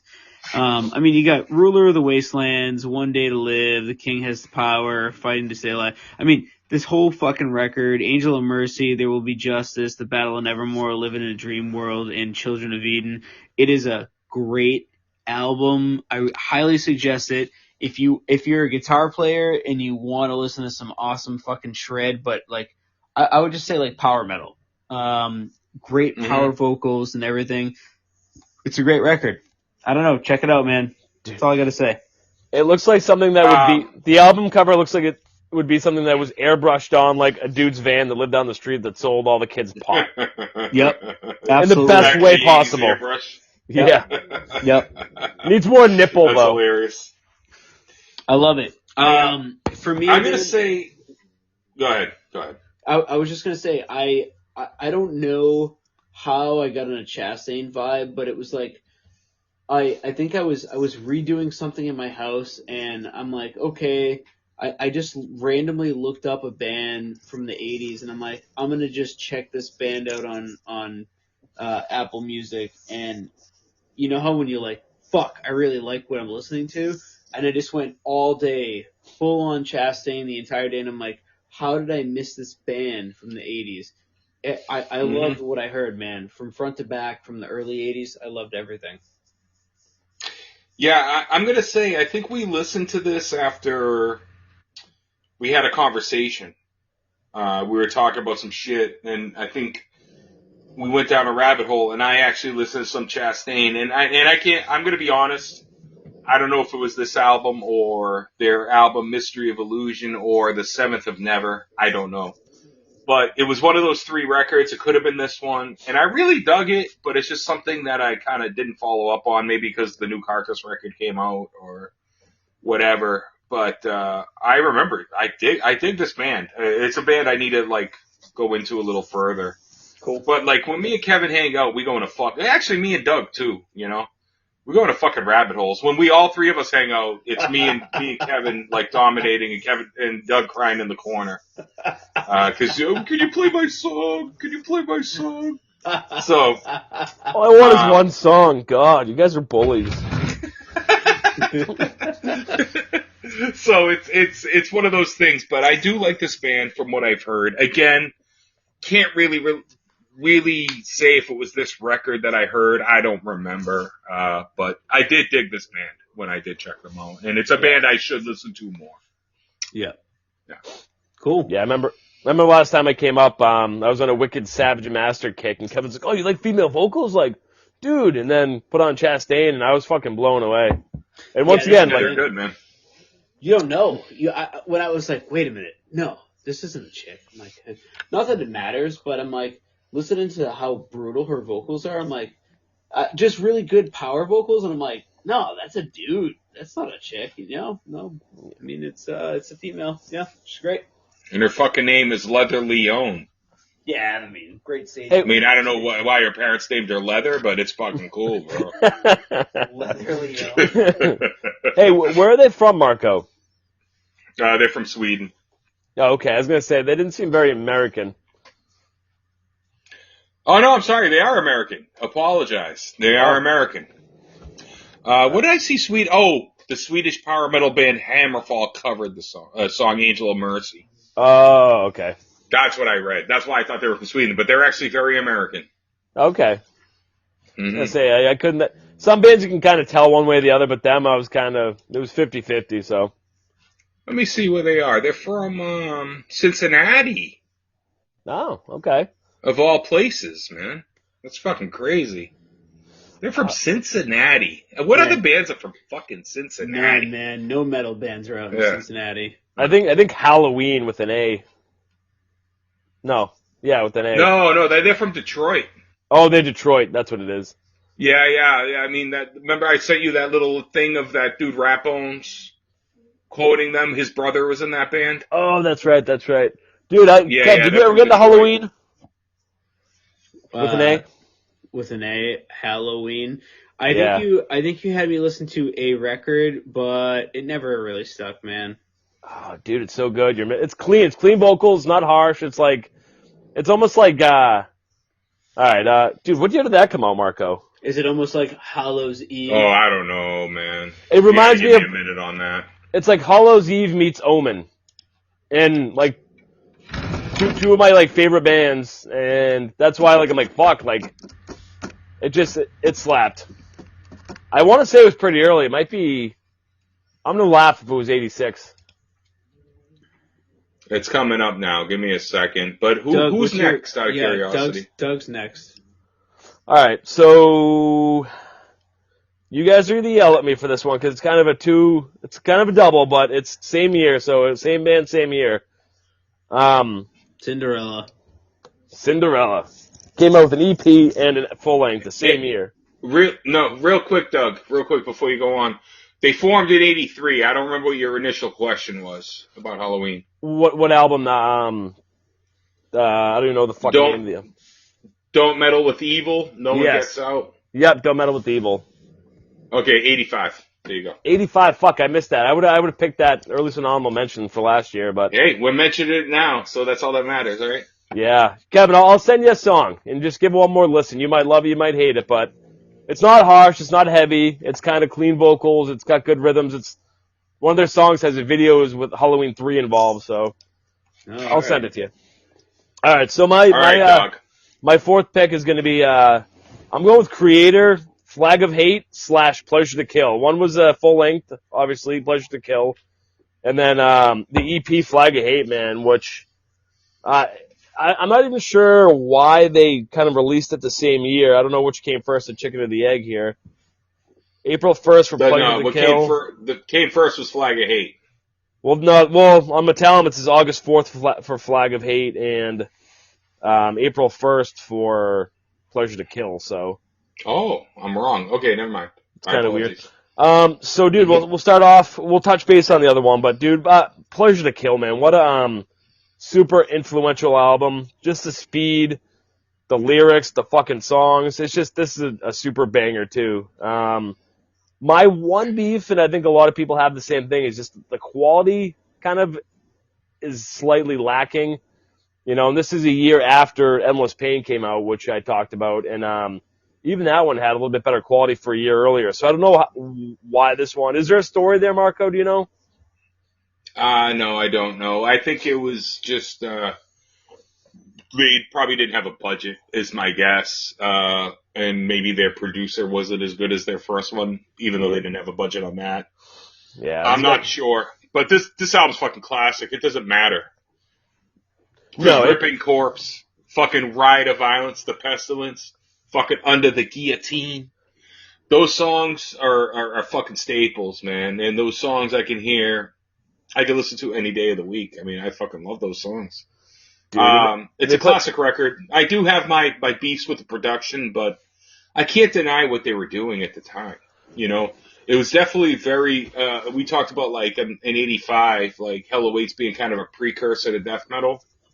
And I think this album was also kind of a precursor to death metal, even though I know whatever, fucking Seven Churches was out at the time. But to me, Seven Churches is just a heavy fucking thrash record. But they coined death metal, so that's why I think they get the death metal love. Yeah. But I think this really progressed the death metal genre, which is one of my favorite genres. So for me, this album stands up. I mean, it's just fucking fantastic in every sense of the word, man. I don't know. I can't say enough about it, and I'm going to shut the fuck up because I can literally go on for minutes.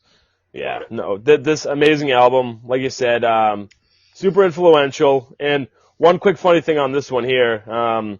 So track number 3 is Death Is Your Savior. On one, I've had multiple albums over the years, and one of them said Death Is Your Savior, and the other one is Death of Your Savior. And I still don't know, is it Death Is Your Savior, not Death of Your Savior? Well, from what I'm reading, it's Death Is Your Savior. And who does the vocals on it, Doug? I'm guessing Ventor? He does. Yeah. Fun fact is Ventor scales back his vocals a little bit. He only does 3 songs on this record. And I think this might be the last album he does vocals on, unless it's maybe a one-off on another record. I'm pretty sure Petroza takes... Huh? He might do... Like, what about, Flag of Hate? Hold on, let's see.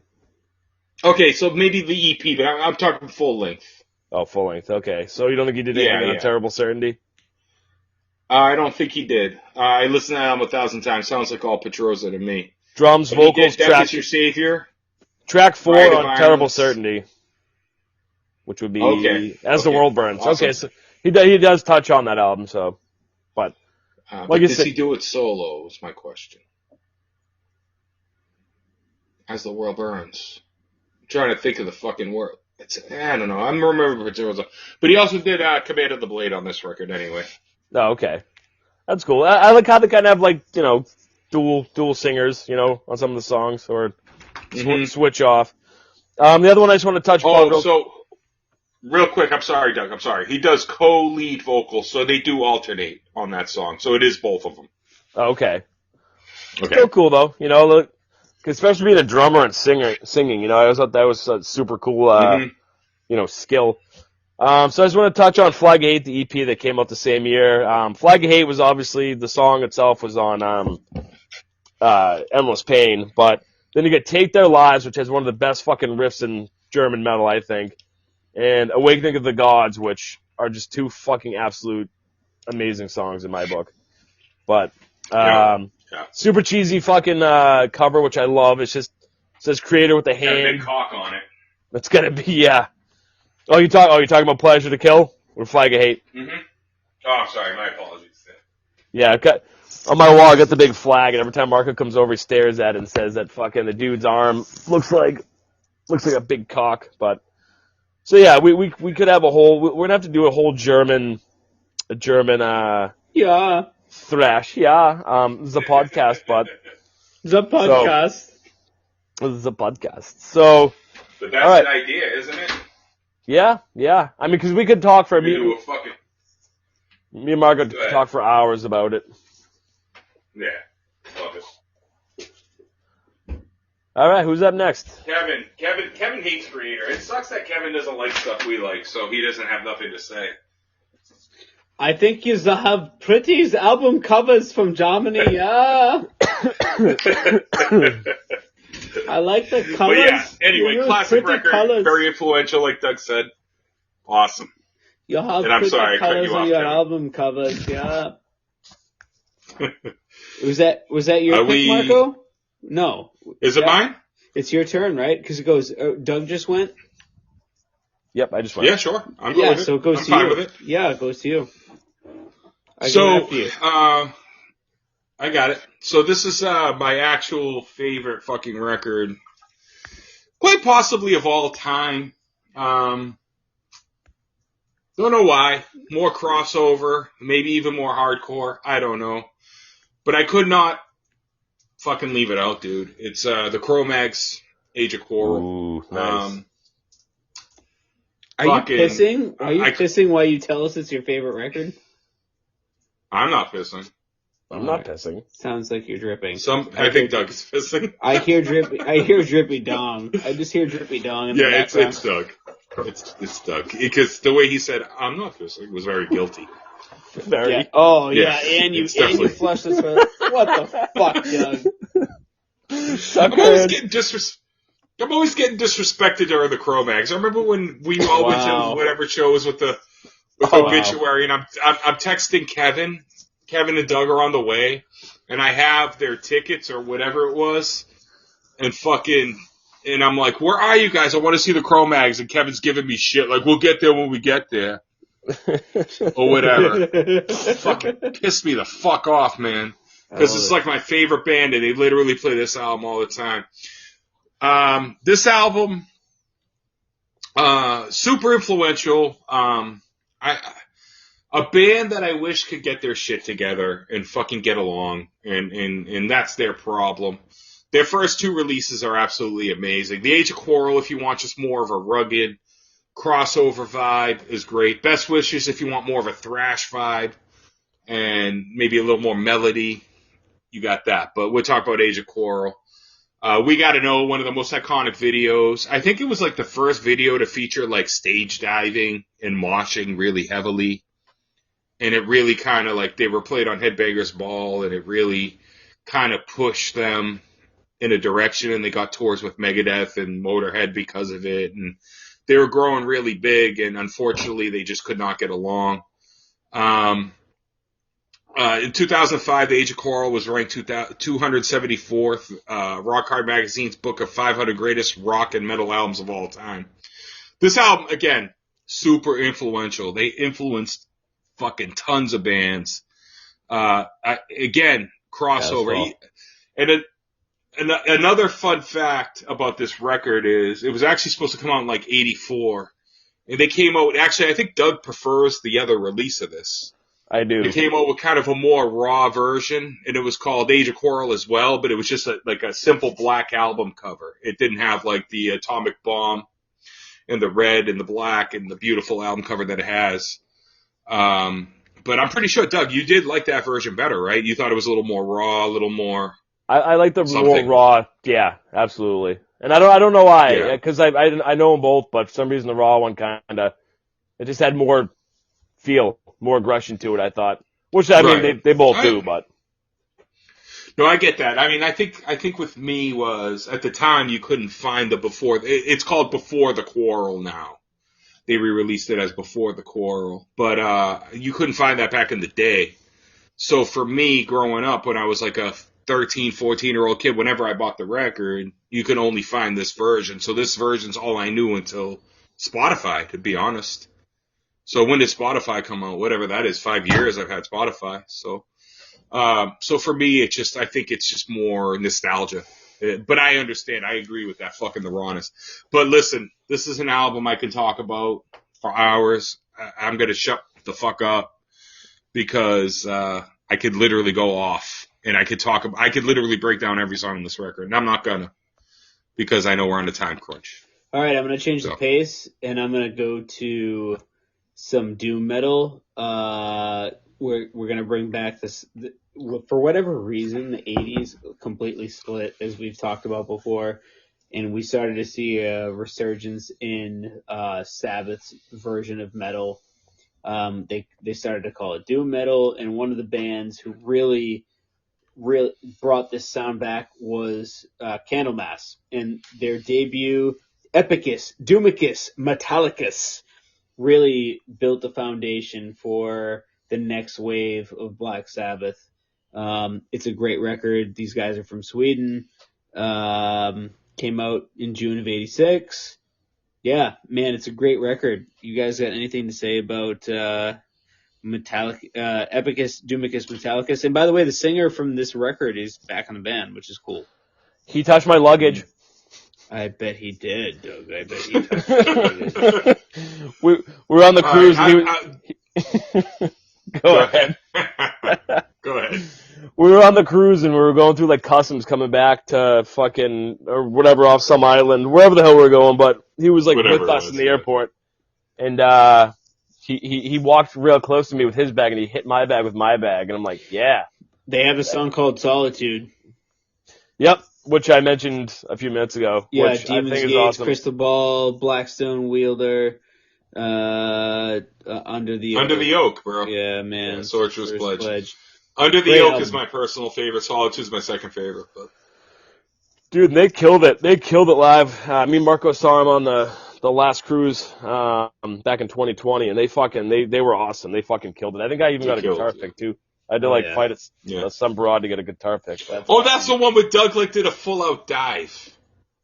No, that was a full out fucking dive. I've never seen a fat guy dive so heavy. That was on Barge to Hell. They recently had Oh, a Grammy good. too, man. They had a Grammy nomination, which is massive for these guys. That was because Tony Iommi was on the album. I know, yeah, I get that. Yeah, that was a publicity stunt, maybe, Look. or yeah, whatever, PR stunt. I'm gonna say this, and I'm not like trying to diminish the album because this is probably my favorite Doom record of all time. But I'm sick of them getting credited as being like the first Doom band because Well, a lot of people will say that they're like, it's not true. Like No, bands not like Sabbath. Trouble were already doing the thing. Yeah, Mhm. but I mean, Sabbath. I mean, period. So I can't stand when they're like, wow, this was the first. No, fuck you. The foundation was Sabbath, and you're all just copying them. So it doesn't matter. Nobody did the first. No, but I'll say of the revival acts, I think Trouble is a band. If you haven't checked them out, please do. They had a great release in '85, and I can't remember the name of it, and off the bat because I don't have '85 up. But that's a band I suggest honestly. Like I hate to fucking diminish Candlemass because I love Candlemass. Candlemass's first 3-4 records, I'm in love with all of them, including this one. But dude, listen to fucking Trouble, man. Yeah, Trouble. Please. Doesn't Fucking love Trouble. what's his name from Exodus sing for Trouble now? He does. Kyle Thomas, yeah, he sings for them. Yeah, and then I didn't realize Robert Lowe, not Rob Lowe, from Solitude Eterna sang for Candlemass from 2007 to 2012. Which Yeah, he was in the movie called Tommy Boy as well. Dude, that guy ages backwards, I'm telling you. He's like Paul Rudd. Yeah, that dude's fucking amazing, bro. I just watched Ghostbusters with Paul Rudd. The And new that one? fucking dude for like a 55-year-old is fucking. He looks great. He does. I would Was it fuck a new him. movie? Was it a new movie? I think it was good. Yeah, I think they paid really good homage. One thing I will say about it, if you relate it to the original series, they definitely pay homage to it, and I think you'll appreciate it. Like I think the new Candyman, you'll hate the political agenda of it because Kevin, I know how you are, but I think you'll like it that it relates to the first movie, and I think as long as it relates to the original movie in any way, I think you'd appreciate it. Like the fucking 2016 Ghostbusters was a travesty. And I hate to say it because if it was like its own movie at that time, it might have been fine. But when you're trying to reboot something that was like classic, you got to do a really good job. And they didn't. I don't care if it's just because it's females. That's not why I didn't like it. I just thought the movie sucked. So I like females. I like booty. I like boobies. You know what I mean? I'm okay with watching. I love Kristen Wiig. She's one of my favorite fucking actresses of fucking in general, comedic actresses. And that movie sucked. Yeah, that's But anyway. unfortunate. Sorry. Back to Candlemass. Yeah. So yeah, Candlemass, great album. But like Kevin said, or one of you guys said, they always kind of get credited with starting, or I guess starting Doom. But no, that's true. It's like Black Sabbath, even Trouble, like you said. There's Saint Vitus, which I think came out the same year. Pentagram a couple years before. Mm-hmm. But they had a certain sound and they kind of went with it, and they did well for themselves. So can't knock them. Don't get me wrong. I think Candlemass is the best band out of all those bands. I just don't like that they get a lot of people credit them with being like the beginning of Doom. I just don't like that. That's all. But they are my favorite. Nightfall, this, Ancient Dreams. Ancient Dreams, Bangers. yeah. All three. Fuck Nightfall, bangers. All of them. Fucking bangers. And I'm telling you, if we get to whatever year Ancient Dreams came out, that might be my number one record of that year. Because that album is just so fucking good to me. Yeah. Wow. But my favorite song, again, I said it already, Under the Fucking Oak. Song rules. Nice. Great album. Who's next? Good choice. I think you are. I just went with the Cro-Mags, bro. Oh, so it's me then. Yes. Yeah. It's got to be Slayer, Rain and Blood, bro. Oh, they're up. They made the list. I hope so. I think you're the one who took them. Kidding. I think we're done with our like 5 picks. So This is my 5th pick, so let's do it. Obviously, it's gonna be Slayer. I'll save him for last because I figured it might have been a good discussion, but now we're fucking Kevin's sleeping over there. I think. no, he's fine.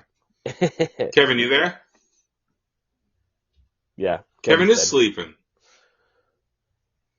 Jesus Christ. All right, Let's fucking do it. Hopefully it records. Hopefully.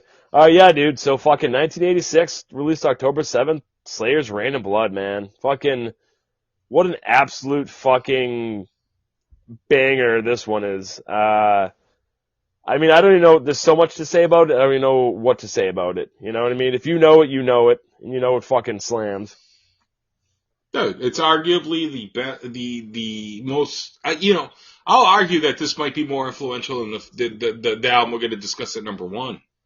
I kind of think so, but it really influenced a lot of like black metal, a lot of fucking death metal, and I think Slayer just kept going from Hell Awaits and just took it to a level. I mean, fuck it, dude. What's on this? Let me look at the tracks. I know it's 28 minutes long or so. 29. We'll say 29. We'll round it up. And it's got 10 tracks. Yeah, I hear Postmortem from the background, so Kevin's alive. That's good. Dude, yeah. Angel of Death, Piece by Piece, Necrophobic, Altar of Sacrifice, Jesus Saves, Criminally Insane, Reborn, Epidemic, Postmortem, and Rain and Blood, dude. Like, what a fucking... Just fantastic album. Dude, Good.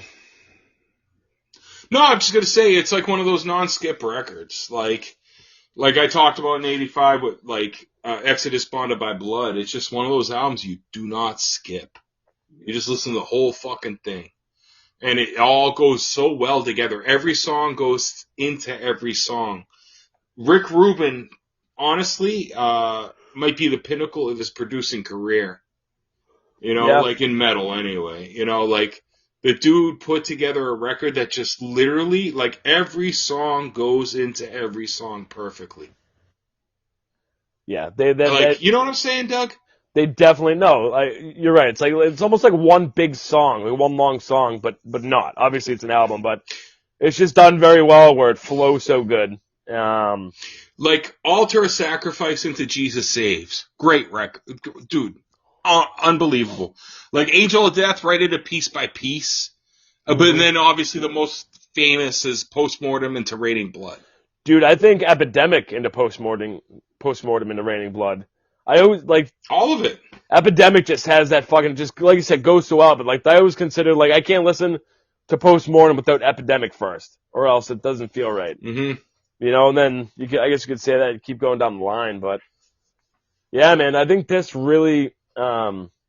set the stage, like you said, for a lot of other genres, especially death metal. I know we talked about the enslaved, death metal argument, where I can kind of see like bands like Malevolent Creation, like that kind of had that, heavy guitar tone and speed, then with the heavier vocals. Like I could see how that kind of progressed from an album like this to, Slaughter of Innocence, Retribution, It's right. just I don't know, man. This is just a fucking classic.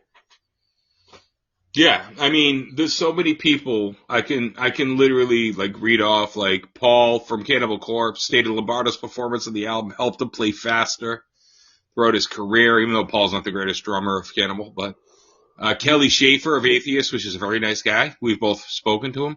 When Rain of Blood came out, it changed everything.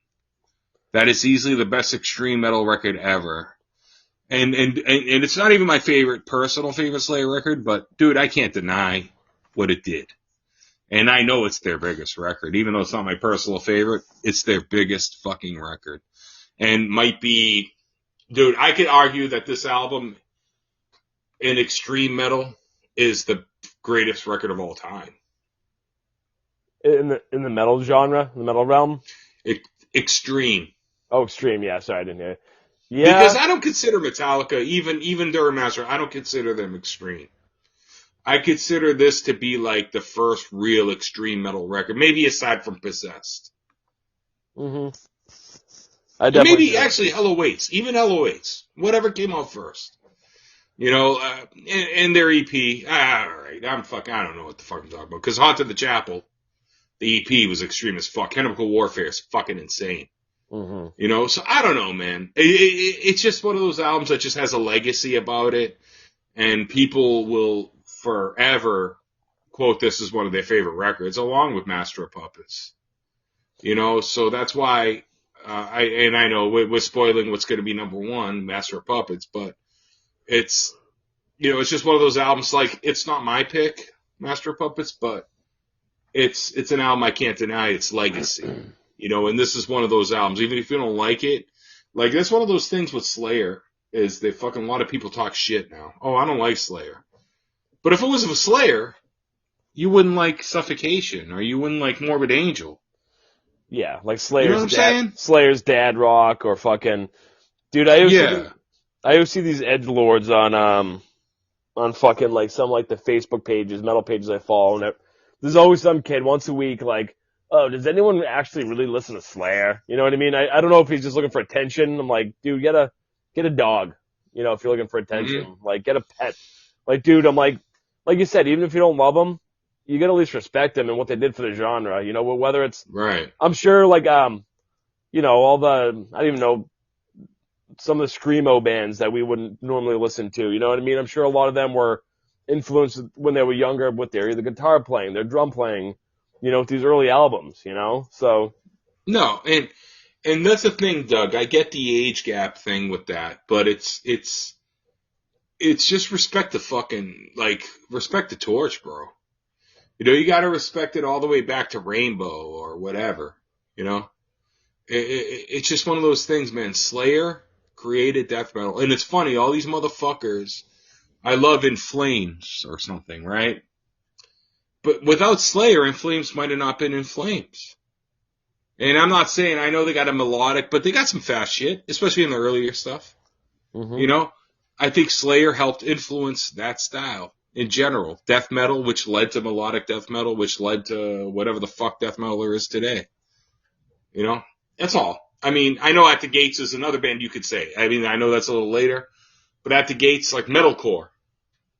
Like, if you listen to Killswitch Engage, there's so much At the Gates in it. It's unbelievable. Oh, fuck yeah. And, you know, obviously another You know? one, which we'll get there eventually, but like fucking, nah, actually, I'm not going to mention because it's a few years away. I thought they were a little bit earlier, but yeah. Kevin, So, you there? Kevin. Kevin. yeah, this Oh, might this be is kind of terrible. I hope this fucking actually pans out because we stayed up late to do this. Yeah, you fucks. I wanted to go to bed like a good boy on a Saturday night. Yeah. I knew it would, you know what? I knew when he said 16 records, there was never a way we were going to keep it to an hour. Dude, we were supposed to be done at 1. It's 1:42. This was the shut off. That's it. Yeah, all right. So basically, There he is. we're just going to talk about Master We're at number Puppets 1. real quick, and yeah. We're at number 1, so let's do it. Let's do it. Kevin, lead us off, bro. Talk so you stay awake. Oh man, I mean, number one, it's just it's a pinnacle album for a lot of bands. How could I do this other than Master of Puppets, man? For Metallica, it's Cliff's last record, and he shines on it. There's a lot of great classical moments from Cliff, and it's just a great record, man. I mean, a lot of bands cite them as an influence from this album specifically. They don't talk about Ride the Lightning. They don't talk about Kill 'Em All. Everyone always says Master of Puppets is the album, blah, blah, blah. So, yeah, man, I mean, for me, it's an amazing record. Damage Inc., come on. I mean, do I have to say more about the album? That song alone, dude, Damage Inc. is killer. Oh, yeah. Possibly my favorite Metallica favorite song. song of the album. Yeah. Wow. You guys, that's crazy. So why for you want to guys? know what Why my favorite Damage is? Inc.? Why is Damage Inc. one of your favorite tracks? The aggression, bro. Sheer yeah. aggression. Speed, man. Speed and aggression. Yeah. And it's got this fucking insane riff throughout the whole thing. It's like, you know, if you compare it to like Dyer's Eve on Injustice. It's just amazing. It's just so fucking fast. It's just like, just the way they're playing, you think it's amazing. I don't know, man. I just remember sitting in my fucking kitchen when I was a kid, and my parents had one of those big fucking, like, liquor cabinets. Like, you guys ever have those shit, the liquor cabinets, like, audio system things? Oh, yeah, like, No. yeah, I know what you're Yeah, talking like about. a cassette player, a record player, like an 8-track player, but they'd also have, like, a place to put liquor. Yeah, like it was like a little compartment or like a little, like almost like a bar. It was like an entertainment center, but Yeah, a little it's bar, true. yeah, but it had like entertainment, yeah. That's awesome. So I would sit there, I would play my Metallica tapes, and I would sit there with a broom, and those songs are the ones that spoke to me, the fast ones, because at the time, they just seemed like they were the fucking most intricate and hardest to play. You know, I remember doing that with fucking Holy Wars, you know? Because Holy Wars was just so amazing when I was fucking 11 years old or 12 years old, you know? But my favorite personal song is Disposable Heroes. Yeah. Fuck yeah. Love that fucking jam. It's just my favorite. It might be my favorite Metallica song of all time, to be honest. And I'm one of those guys, I'm a big Kill 'Em All fan, because Kill 'Em All just kind of was the gateway. And the aggression on it, I love James's voice on it. But this album, I can't deny, man. Michael Alago signed him for this record. You guys know Michael Alago? No. Oh, you guys should check that out, man. There's actually a documentary. Kind of hard to find right now, but it's getting re-released. It's called Who the Fuck Is That Guy? The Life of Michael Alago. And he actually signed Metallica. He's like a Puerto Rican kid from New York who got like a record. He got a job as an A&R for Elektra Records, and he loves heavy fucking music. And even to this day, he listens to the heaviest shit. And he's the dude who literally got Metallica to sign on to Elektra and got him the big contract and all that shit. Wow. So he's the dude who saw them and made them big. And Megadeth was targeted, and even Dave Ellefson, I saw in an interview the other day, mentioned that if it wasn't for Alago, he doesn't think that major labels would have had an interest and they wouldn't have gotten the Capitol deal because of him, because he showed interest in them, and Capitol, because he showed interest, Capitol signed them. Like, they're like, all right, we'll give you this. Wow. So, but if you ever get a chance, watch that. It's called Who the Fuck Is That Guy? The Journey of Michael Alago. Great documentary. All right, let me know if you ever come across it again. Oh, I own it. Dude, you have it. Oh, okay. All right then. My favorite But song yeah, on the man, record, it's phenomenal, dude. I don't want to keep going. I'm fucking going off like crazy. I was ready to do this podcast tonight, so you guys go. You guys talk about it. For whatever reason, I mean, just as a kid, my favorite song has always been and will always be Welcome Home Sanitarium. Yeah, good song, man. Good song. I mean, dude, that song's phenomenal. That's the thing about this album, though. What song isn't phenomenal on this album? Yeah. You know, the instrumental is fucking amazing. And I remember asking you guys, and me, I go the other way, but I love them both. But like, do you like Orion or Call of Cthulhu? What's the better instrumental to you guys? And we've talked about this before, but what is the better one? For me, Orion, man. I mean, fuck. Mm-hmm. Yeah, Orion. Dude, that's a tough one, man. I might have to go Orion just because, like, that fucking, like, the middle part. Again, and that's what, if I remember correctly, guys, that's what you said before. And I think I'm the only one that prefers Cthulhu, because I personally like Ride the Lightning better. I'm sorry. I know, Kevin, what you said is like a lot, you know. Oh, it's a heavier. I don't remember how you opened it, but you were talking shit about Ride the Lightning, but I prefer Ride the Lightning. Ride the Lightning is a heavier record, dude. I love Ride the Lightning. Dude, I love it front to back. I think it's a heavier record, but I think Master of Puppets, man, is their. I mean, it's still heavy, but it's just it is their mainstream breakthrough record, man. It is their mainstream breakthrough. I remember Absolutely. I remember Chuck saying, like, there was an interview with him. I don't know. I think it was when Control Denied came out. I think it was like an interview around that time. But he was just talking about, like, you know, he was asked what his plans were, you know. And he's like, I want to create, like, the perfect album, like, you know, Painkiller or, like, Master of Puppets. And those were his two kind of examples of, like, perfect albums. And that always kind of stuck out with me, especially Painkiller, which, I mean, definitely a great album, but, you know, compared to, like, say, Master of Puppets, you know, which I do find flawless, you know? Yeah, it's flawless. Yeah, it's amazing. I would say, though, man, I would say equally, I mean, Ride the Lightning's flawless. Oh, yeah. And I agree with Marco. I think if I had to choose, I would probably go with Ride the Lightning, even though some of my favorite songs are on Master of Puppets.